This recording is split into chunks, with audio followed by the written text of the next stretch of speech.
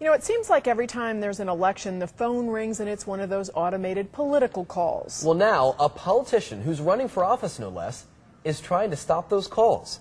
Micheal Mahoney is here with that story. Michael. Yeah, it's a pretty amazing story in and of itself. A politician who's running for office who wants to stop these automated political calls. They're known as robo-calls. And he says there is a way, since they seem to come at the worst possible time, to stop them from coming into your house.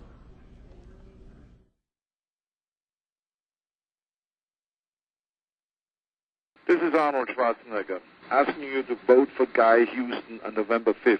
They use famous politicians and celebrities. Hey, this is Jay-Z calling on behalf of Senator Barack Obama's campaign, urging you to vote tomorrow. And now one politician wants to use robocalls to stop robocalls. Tell me you don't want another call, and at least we've offered them that opportunity to say, leave me the heck alone. Mike Carter is a Democrat. He's running for lieutenant governor of Missouri, and he's using this, he admits, to get attention. Yes, and in fact, that's one of the reasons we're in it, to be candid with you. It's an obscure race. Political campaigns use robocalls because it's a very, very cheap way of reaching thousands of voters. If they weren't working, nobody'd be doing them. I mean, it's an epidemic at this point. Everybody's doing them. You're going to get 3 to 5 calls probably a day, starting 6 days out from the primary. But a Yale professor says robocalls don't work that well. Professor Donald Green says that's especially true when it comes to getting voters to the polls.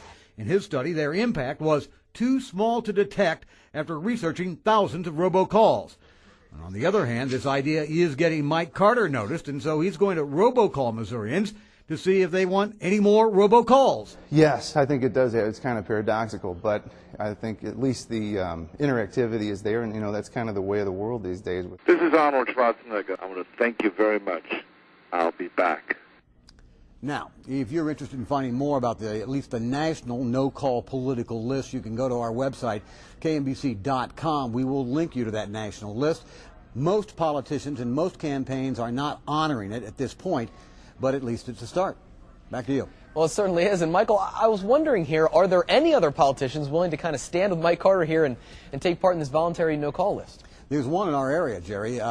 The Congresswoman from eastern Kansas, Nancy Boyda, a few days ago signed up to be part of this list. But again, it's a voluntary list, and you can find out more details if you go to our website, KNBC.